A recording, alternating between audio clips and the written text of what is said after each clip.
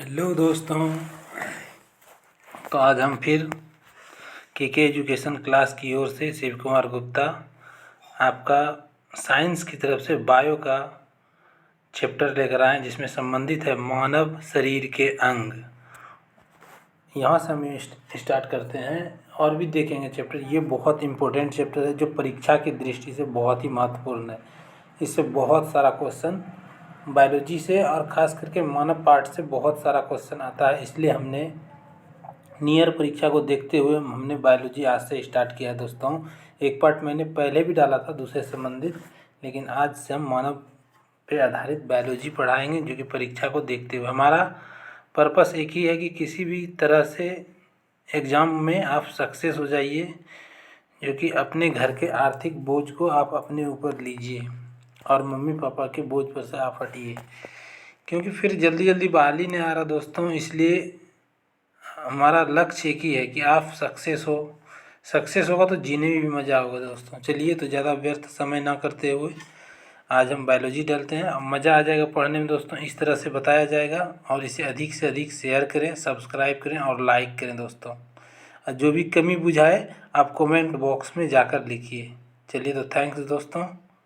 चलते हैं। मानव शरीर में हमें पढ़ना क्या है, तो मानव शरीर में हमको सबसे पहले पढ़ना है कि मानव मस्तिष्क का पार्ट। तो इसमें कौन कौन सा होगा? एक होता है तंत्रिका तंत्र दोस्तों, जो कि बहुत ही इम्पोर्टेंट होता है मानव शरीर के लिए। फिर मस्तिष्क होता है, और दांत, जीभ, आँख, नाक का मतलब मेन पार्ट जो है कर सकते हैं। मानव का सीपीयू जो ब्रेन है वो मानव का मेन पार्ट है, उसको उससे संबंधित हम लोग डिस्कस करेंगे। तो हम पहले चलते हैं। पहला क्वेश्चन ये है हमारा तंत्रिका तंत्र।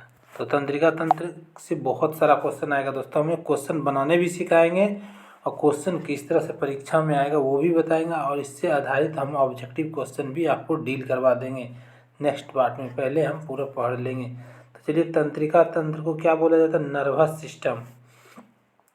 ये एक ऐसा सिस्टम है दोस्तों, तंत्रिका तंत्र एक ऐसा सिस्टम है जो हमारे पूरे दिनचर्या में हम क्या सोचते हैं, क्या समझते हैं, क्या याद रखना, क्या भुलाना है, इससे संबंधित सभी सारी घटनाओं को नियंत्रण करता है। जो भी हमारे पूरे शरीर की नियंत्रण करता है। तो इसका संरचना जो होता है दोस्तों, जो तंत्रिका तंत्र होता है उसकी संरचना एक पतली धागा नुमा वाइट होती है। तंत्रिका तंत्र जिसे न्यूरॉन है, जो न्यूरॉन है ये सबसे बड़ी न्यूरॉन जो है सबसे बड़ी कोशिका दोस्तों। उस जगह शरीर की सबसे बड़ी कोशिका कौन होती है? तो वो न्यूरॉन होता है दोस्तों। शरीर की सबसे बड़ी कोशिका न्यूरॉन होता है। न्यूरॉन नेक्स्ट क्वेश्चन है दोस्तों। क्वेश्चन तो नहीं बोल सकते हम लोग इसको, नेक्स्ट जो है तो बोल रहे हैं न्यूरॉन जो है दोस्तों, न्यूरॉन कोशिका कभी भी विभाजित नहीं किया जा सकता। आपको ऑप्शन दे देगा कि कौन सा ऐसा कोशिका है शरीर में जिसे कभी विभाजित नहीं किया जा सकता। ऑप्शन में बहुत सारा पार्ट दे देगा, एक न्यूरॉन भी रहेगा। तो हमको क्या मारना है? न्यूरॉन मारना है। क्योंकि देखो अब क्यों नहीं विभाजित होता है, तो क्योंकि हमारे शरीर में यह कोशिका सभी प्रकार की गतिविधियों के लिए जिम्मेवार है। हम जो शरीर में जो भी काम घटना घटता है हमारे पूरे ये पार्ट ऑफ बॉडी में, उसके लिए कौन जिम्मेवार होता है? न्यूरॉन होता है। हम कुछ भी सोचते हैं, प्यार, मोहब्बत, इश्क, कोई भी घटना घटता है हमारे शरीर में, मन में ये चीज़ आता है, तो उसको कौन सा कार्य, ऐसा कोई चीज़ होगा ना, मास्टर पार्ट होगा जो पूरे शरीर को चला रहा है, तो वो पार्ट का नाम है न्यूरॉन। तो चलते हैं दोस्तों आगे। अब यही हमारा फिगर है उसका, ये जो है फिगर पूरा, ये फिगर है उसका दोस्तों। इसमें से ये देखिए, ये डेंड्राइट्स है, पतले पतले फाइबर के होते हैं दोस्तों। इसका भी काम क्या होता है ये भी बताते हैं। ये दो जुड़ता है, ये एक दूसरे से जाके, ये दूसरे न्यूरॉन से जाके जुड़ेगा, ये दूसरे न्यूरॉन से ऐसे आके जुड़ जाएगा। क्रियात्मक इकाई होता है ये जो दोनों पार्ट ये सट रहा है इसको बोला जाता है सिनॉप्सिस बोलते हैं दोस्तों। ये इसके जो धागे की तरह ये नीचे दिख रहा है, इसको सिनॉप्सिस नोब्स। ये जो है ये दोनों जो निकला हुआ है दोस्तों, ये रेक्टेंगल आकार का, इसको बोलेंगे एक्सॉन। तंत्रिका संवेदक, ये संवेद वाहक है, मतलब संदेश को पहुंचाता है एक दूसरे से। यहाँ पर जो ये सेल है दोस्तों, बॉडी ऑफ सेल किसका? ये न्यूरॉन का बॉडी सेल है। तो आगे चलते हैं। साइटोन, एक होता है साइटोन दोस्तों, जो रंगीन कण त्रिशल्य कब होता है। आपसे पूछेगा दोस्तों क्वेश्चन में कि न्यूरॉन का निर्माण किससे होता था। एक्टोडर्म होता है। न्यूरॉन का निर्माण का कारण क्या बनता है, एक्टोडर्म। एक्टोडर्म न्यूरॉन का निर्माण का कारण होता है। तो चलिए नेक्स्ट चलते हैं दोस्तों। क्वेश्चन तो बहुत इसमें बन सकता है दोस्तों, पूरी एक बार डीप पढ़ लिया आप क्वेश्चन तो इतना हम बना देंगे ना कि आप कोई बता नहीं सकते हैं। पूछ रहा है दोस्तों, हमारे शरीर में सूचना का हस्तांतरण कैसे होता है। मतलब सूचना, चोट लगा पैर में तो ये दिमाग के पास कैसे पता चल जाता है कि चोट लगा है यहाँ पर, और हम एग्जैक्ट जगह पे हाथ लेके सहलाने लगते। तो इसका कुछ तो वहाँ से हमारे माइंड तक तार होगा ऐसा जुटा हुआ, तो उसका कारण यही है। बोल रहे एक विशेष प्रकार के हार्मोन होता है तंत्रिका संचारी, न्यूरोगायमेस्ट्री। तंत्रिका संचारी, जो तंत्रिका तंत्र 3 प्रकार का होता है। हमारे शरीर में तंत्रिका तंत्र कितने प्रकार के होते हैं, 3 प्रकार के होते हैं। आप किताब में पढ़िएगा, वहाँ 1 प्रकार का दिया होता है दोस्तों, क्योंकि किताब में भी दिया रहता है वो तो जल्दी जल्दी समझा जाता है। ये जो पॉइंट नोट्स बनाए हैं हम, बहुत ही इंपॉर्टेंट परीक्षा को देखते हुए है। आप इसको 1-2 बार सिर्फ सुनिए, याद तो अपने आप हो जाएगा दोस्तों। चलिए, तो बोल रहा है कि तंत्रिका तंत्र कितने प्रकार के होते हैं। ऑप्शन में दे देगा 3, 4, 5, 6। तंत्रिका तंत्र 3 प्रकार के दोस्तों। पहला जो तंत्रिका तंत्र है सेंट्रल नर्वस सिस्टम है, जो केंद्रीय तंत्रिका तंत्र होता है दोस्तों। पेरिफेरल नर्वस सिस्टम, परिधीय तंत्रिका तंत्र। तीसरा होता है ऑटोमेटिक नर्वस सिस्टम, स्वाधीन तंत्रिका तंत्र। इससे संबंधित कुछ हॉट पॉइंट है दोस्तों। ये है एक्टोलाइनिक, एक्सोटाइनेलिक, जो सबसे ज़्यादा पाया जाता है। ये न्यूरॉन जो होता है हमारे शरीर में सबसे ज़्यादा पाया जाता है।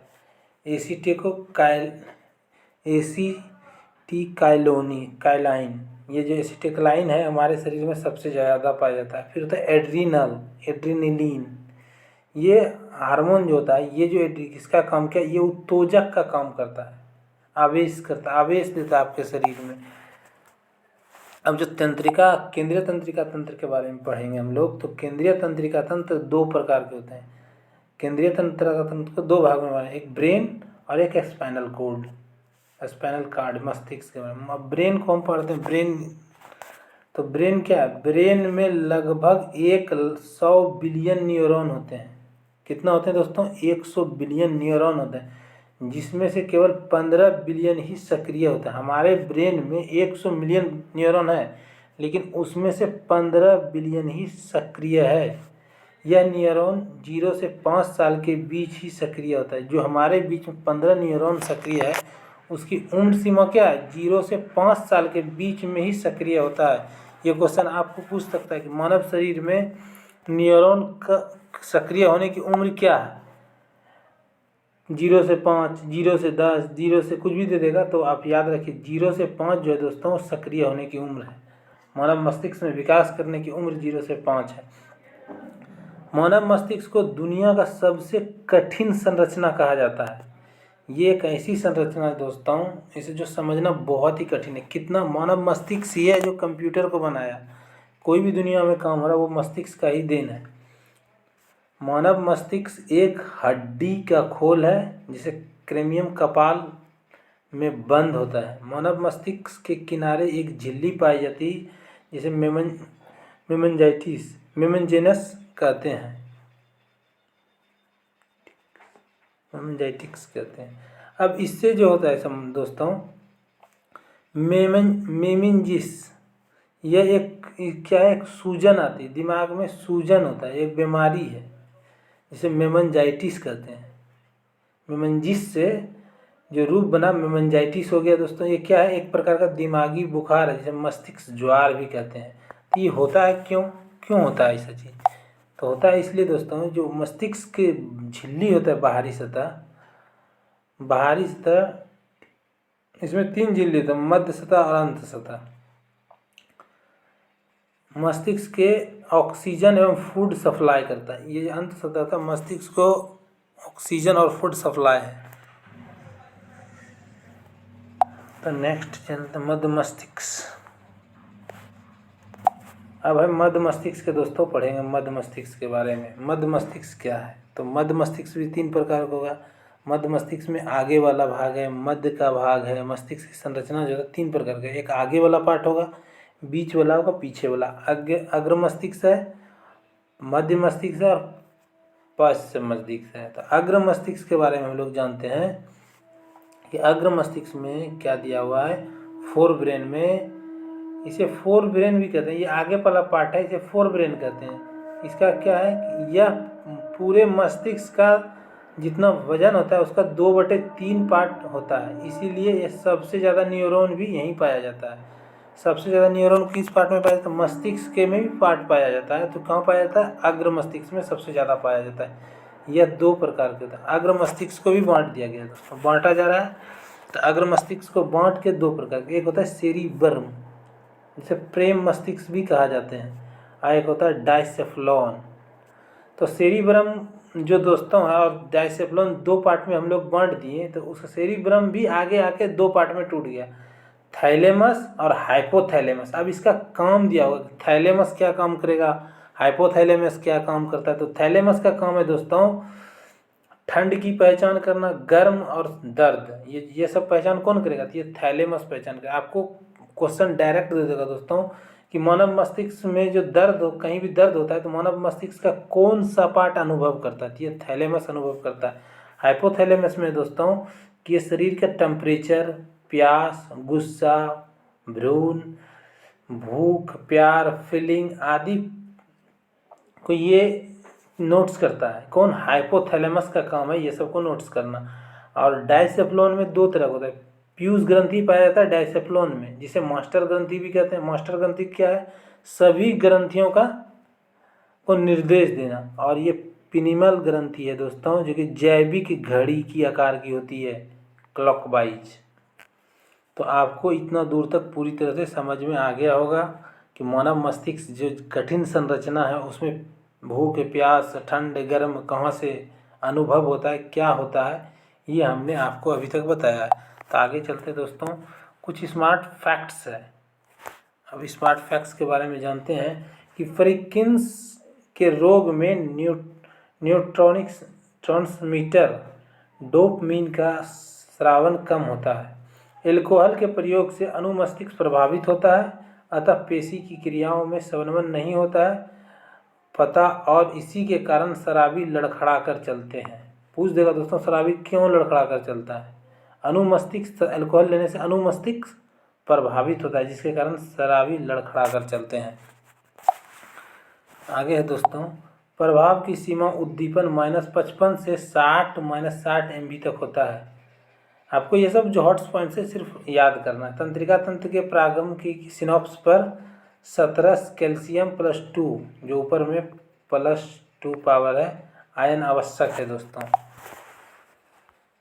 तो अब चलते हैं, अग्र मस्तिष्क पढ़ा दिया हमने दोस्तों, बता दिया। अब पश्चिम मध्य मस्तिष्क में देखते हैं क्या है। तो मध्य मस्तिष्क का पार्ट जो है दोस्तों, मध्य मस्तिष्क में दे रहा है कि मध्य मस्तिष्क का जो मस्तिष्क का दूसरा बड़ा हिस्सा मध्य मस्तिष्क है। मध्य मस्तिष्क जो है ये मस्तिष्क का दूसरा बड़ा हिस्सा है, ठीक है दोस्तों। इसमें क्या है, कार्पोस और कैट्रीजेनियम, ये जो है कैट्रीजेनियम, इसको 2 भाग में बांट दिया, एक कार्पोस कैट्रीजेनियम में और सेरिबर्म पेंडल में। साफ नहीं दिख रहा लगता दोस्तों, थोड़ा सा उलझा हुआ आ गया नोट्स। चलिए कोई बात नहीं, हम बोल रहे हैं, देखते रहिए। इसका जो काम होता है कार्पोस कैट्रीजेनियम का, ये देखने और सुनने के लिए केंद्रित है। मतलब ये निर्देश दिया जाता है कि आप देखिए और सुनने का काम कीजिए। कौन? कार्पो कैट्रीजेनियम, इसका काम है देखने और सुनना। और बच गया सेरिब्रम पेंडल का, इसका काम क्या है? इसका काम है स्पाइनल का मस्तिष्क से जोड़ना। स्पाइनल कार्ड जो होता है दोस्तों, इसको मस्तिष्क से जोड़ता है। कौन? सेरिब्रम पेंडल्स। नेक्स्ट चलते हैं दोस्तों, अब 2 मस्तिष्क तो हमने बता दिया, अब एक बचा है पश्च मस्तिष्क। तो पश्च मस्तिष्क क्या होता है ये सबसे छोटा होता है और पीछे के भाग में होता है दोस्तों। कभी कभी सुने होंगे कि पीछे भाग में नहीं मारना चाहिए, डायरेक्ट मरने से क्या होता है, फट जाता है और जल्दी मौत होने की संभावना रहता है, क्योंकि हड्डी यहाँ पर बहुत पतला होता है। तो पश्च मस्तिष्क को 3 भाग में बांटा गया है। एक है हमारा अनुमस्तिष्क, दूसरा है मेडुला, तीसरा है पोन्स। तो अब हम पहले पढ़ेंगे अनुमस्तिष्क के बारे में। अनुमस्तिष्क का क्या काम है? तो अनुमस्तिष्क जो है शरीर के बाहरी भागों को नियंत्रित करता है। कौन करता है शरीर के बाहरी भागों को नियंत्रण? अनुमस्तिष्क।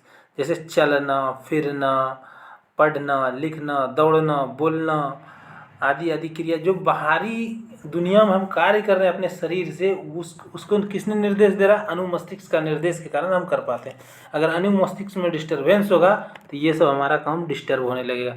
अब मेडुला का काम क्या है दोस्तों? मेडुला ऑन्ग्लिलेट के बारे में, ये शरीर के आंतरिक मतलब अंदर वाला भाग, ये बाहरी वाला भाग था, अंदर वाला भाग को नियंत्रित कौन करता है? मेडुला। तो अंदर में क्या काम होता है शरीर का? जैसे हमने कुछ खाया तो उसको पचाना है, तो पचाने कौन काम? मेडुला। अंदर में कुछ उत्सर्जन होता है, जैसे कि हार्मोन का कोई हुआ, पित्ताशय से कुछ निकला, कहीं से कुछ निकला, ढकार आता है, कुछ भी निकलना है अंदर का काम से, तो वो कौन करेगा? मेडुला। शोषण आदि की क्रिया मेडुला का भाग लेता है, पोन्स का कुछ नहीं दोस्तों। तो यहाँ तक हमने बता दिया आपको। अब आगे चलते हैं दोस्तों, इससे और भी संबंधित होगा तो हम वो भी बताएंगे। मस्तिष्क का पूरा चीज़ जानने के लिए हम आए हैं आज, मस्तिष्क पूरी पढ़ाया जाएगा। EEG, EEG क्या होता है? EEG का फुल फॉर्म है दोस्तों इलेक्ट्रो इनएप्सिस गामा, इलेक्ट्रो इंसेफल गामा, विद्युत मस्तिष्क अभिलेखीन। मस्तिष्क में विद्युत की सक्रियता को दिखाएगा, ये अंकित करेगा। मस्तिष्क में जो विद्युत की तरह करंट जाता है उसको हम लोग कैसे ऑब्जर्व करेंगे? तो ये ऑब्जर्व करते हैं अल्फा, बीटा, गामा और थीटा से। तो ये है दोस्तों अनुमस्तिष्क। अनुमस्तिष्क, अब इसका सबको जल्दी जल्दी बताते हैं। अनुमस्तिष्क क्या करता है? बहुत चीज़ बताया था अनुमस्तिष्क से। अनुमस्तिष्क में ज्ञान, ये वो अनसंट, आप देख लीजिएगा दोस्तों। मैंने ये प्रेम मस्तिष्क का क्या है? सोचना, समझना, हंसना, बोलना, प्यार आदि।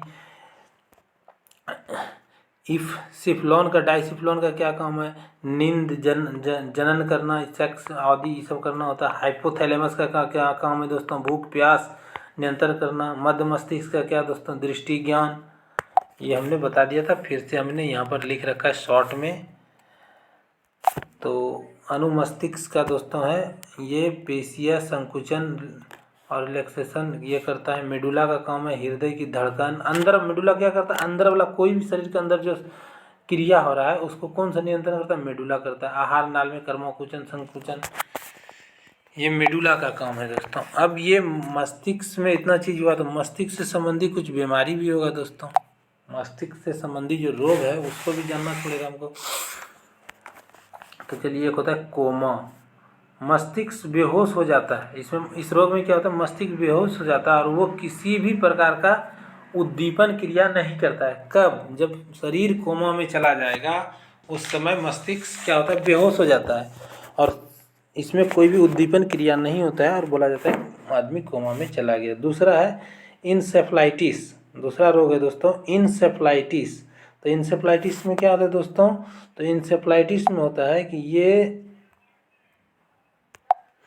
इंसेफ्लाइटिस में होता है कि विषाणु संक्रमित से मस्तिष्क में सूजन होने से बेहोशी होता है।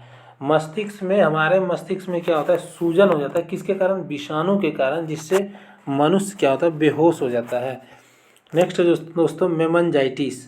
मेनिंजाइटिस बैक्टीरिया, वायरस या फंगी के कारण होता है, जिसे दिमागी बुखार बोला जाता है। इसमें क्या होता है कि झिल्ली में जो होता है सूजन आ जाता है दोस्तों और आदमी को बुखार, मस्तिष्क ज्वार हो जाता है।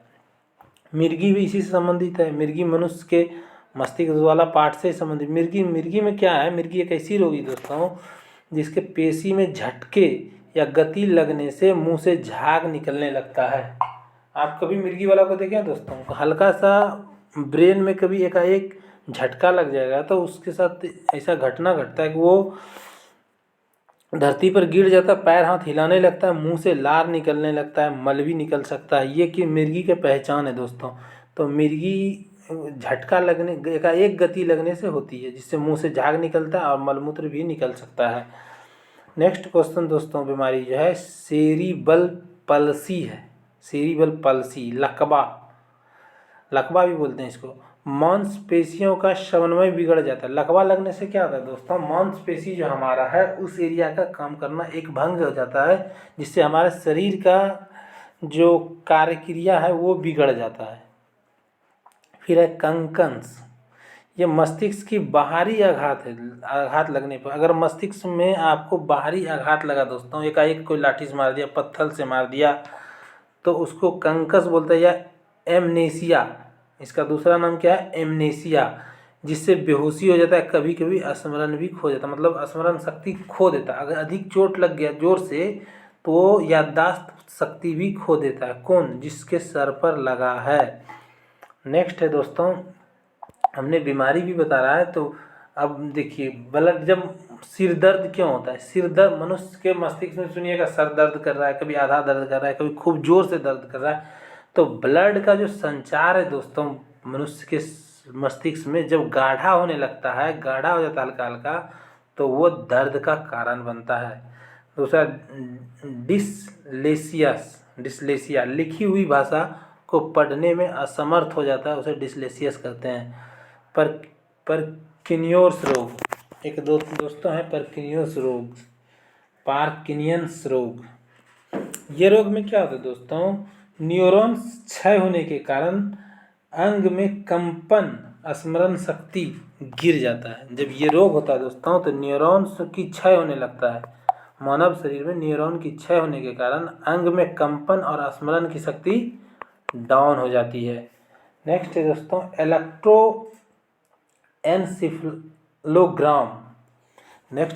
इलेक्ट्रोएन्सेफेलोग्राम, जो मस्तिष्क की गतिविधियों को नियंत्रित करता है और उससे संबंधित बीमारी है। तो दोस्तों हमको लगा है कि आज आप मस्तिष्क को अच्छे से समझ चुके हैं, और भी मस्तिष्क से ऑब्जेक्टिव देंगे दोस्तों जो इसी से संबंधित होगा। तो हमारा कहना दोस्तों, अधिक से अधिक शेयर करें अपने दोस्तों को, उसको भी मदद पहुंच जाए, और मेहनत कीजिए मन लगाकर दोस्तों। जब तक नौकरी नहीं लगेगा हार नहीं मानना है। जीत वही व्यक्ति नहीं सकता है जो हार मान लेता है। चलिए तो थैंक्स दोस्तों, मेहनत कीजिए, हमारे तरफ से बेस्ट ऑफ लक। जय हिंद।